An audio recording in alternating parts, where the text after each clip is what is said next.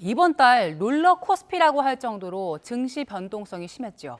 코스피의 일중 등락률이 금융위기와 또 외환위기 때를 뛰어넘을 정도였는데요. 이번 주에도 변수가 많습니다. 관련해서 이정환 한양대학교 경제금융학부 교수와 함께 짚어보겠습니다. 어서 오세요. 네, 이달 들어서 그 일중 변동률이 6.75%였습니다. 근데 이 수치가 보니까요, 과거 IMF 금융위기 때나 그 글로벌 금융위기 때보다 더 높은 수치더라고요. 그때와 비교했을 때 우리 펀더멘탈 괜찮은 상태인 것 같은데 왜 이렇게 높은 겁니까?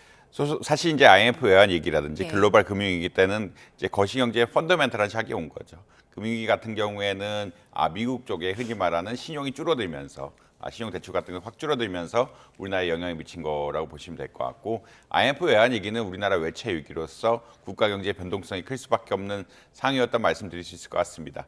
다만 근데 올해는 사실 경제 성장 전망치가 한 3%대로 갈 거라고 예측을 하고 있을 정도로 경제가 굉장히 안정적인 상황이거든요. 네. 근데도 이렇게 변동성이 큰 거는 아마 몇 가지 요인이 있지 않느냐, 주가의 변동성이 큰 건 몇 가지 요인이 있지 않느냐, 이랬단 말씀드릴 수 있을 것 같습니다. 일단 주가를 움직이고 있는 주식, 삼성전자, 하이닉스가 우리나라 경제에 차지하는 비중이 굉장히 크다라는 네. 일단 말씀드릴 수 있겠고요. 이 경제를 차지하는, 경제 중요성을 차지하는 이 삼성전자, 하이닉스에 대해서 외부 요인이 굉장히 많이 작용을 하고 있다. 최근에 이슈들이 굉장히 많았죠.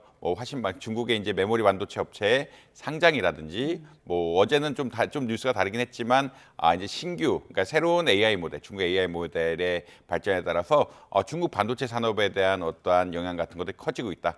그 이야기는 어떤 거냐면, 기존의 3강 체제, 3강 체제라고 하는 것은 삼성전자, 하이닉스, 마이크론이 구축해낸 산업 체계가 좀 무너지면서 수익이 줄어드는 것이 아니냐라는 논쟁까지 있고요. 그다음에 AI 자체가 이제 성장세를 얼마나 가져갈 것이냐, 이게 수익을 실현하는데 얼마나 오래 걸릴 것이냐에 대한 이런 논쟁까지 겹치면서 네. 외부 부분에 대한 이야기가 있었다.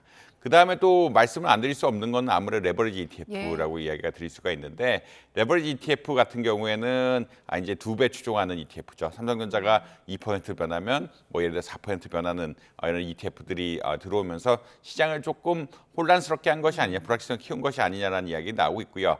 그 중심이 되는 요즘 뭐냐면, 이 레버리지 상품 같은 경우는 보통 파생 상품인데, 이 파생 상품은 본 상품은 그대로 가지만 파생 상품은 거기에 대해서 우리가 해지를 한다든지 이런 용도로 보통 쓰거든요. 그럼에도 불구하고 요새는 이 파생 상품에 대한 수요가 너무 몰리다 보니까 10조 원 이상 가지고 있고 하루 ETF 거래량의 40%씩 차지하다 보니까 이 흔히 말하는 레버리지 ETF 거래가 오히려 본 주식, 그러니까 삼성전자, 하이닉스 주식을 많이 움직이게 되면서 지수가 많이 변하게 되는 이런 상황들이 발생하고 있는 것이 아니냐, 이렇게 평가를 드릴 수 있을 것 같습니다.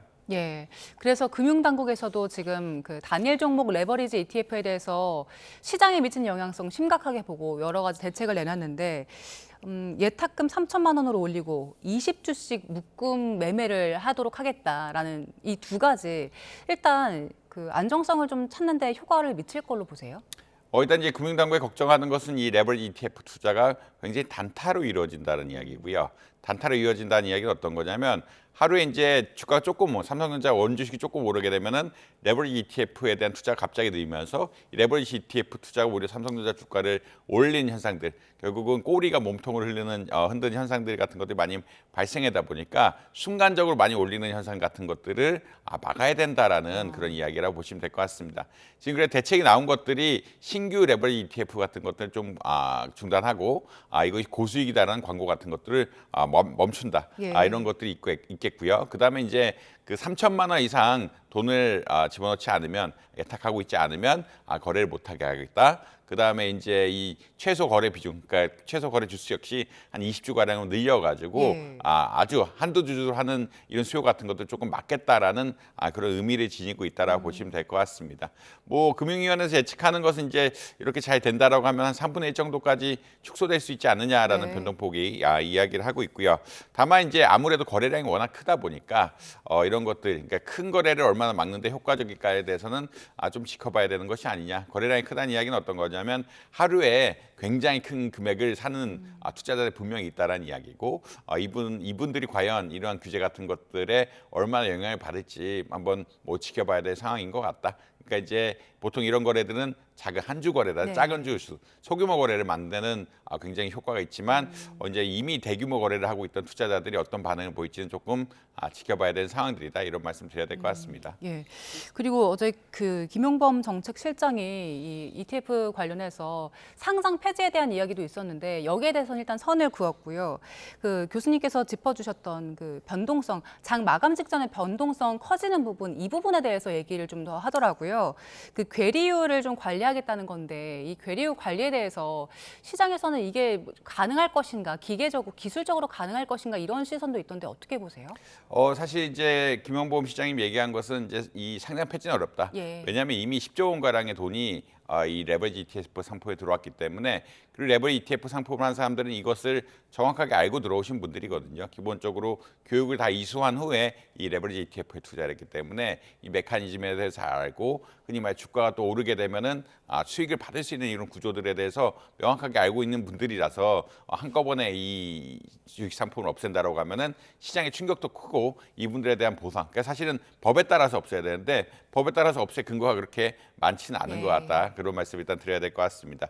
그다음에 이제 괴리율 이야기를 했는데, 이제 장 마감의 동시 효과라고 보통 이야기하는, 이때는 괴리율에 대한 제약이 조금 낮거든요. 괴리율이란 것은 어떤 거냐면, 원래 이제 레버리지 ETF가 삼성전자 주식이 2% 오른다라고 하면은 레버리지 ETF가 4% 따라가야 되는데, 이 일부는 그게 이제 흔히 말하는 파생상품 거래상 괴리 좀 차이를 나도 되게끔 해준다라는 이런 말씀드릴 수가 있습니다. 근데 이제 최근 장마감 시간에 거래 같은 것도 굉장히 많이 몰리다 보니까 이 레버리지 ETF, 흔히 말하는 이 파생상품이 원래 예측한 어떤 그런 결과를 못 내고 있어서 주식시장의 변동성을 더 키우는 것이 아니냐. 삼성전자 주식이 2% 올랐는데 이 파생상품이라고 할 수 있는 레버리지 ETF가 4% 5% 오르게 되면은 거기에도 투자가 몰리면서 주가의 변동성을 키우는 것이 아니냐라는 점을 아마 지적한 것이라고 보시면 될 것 같고요.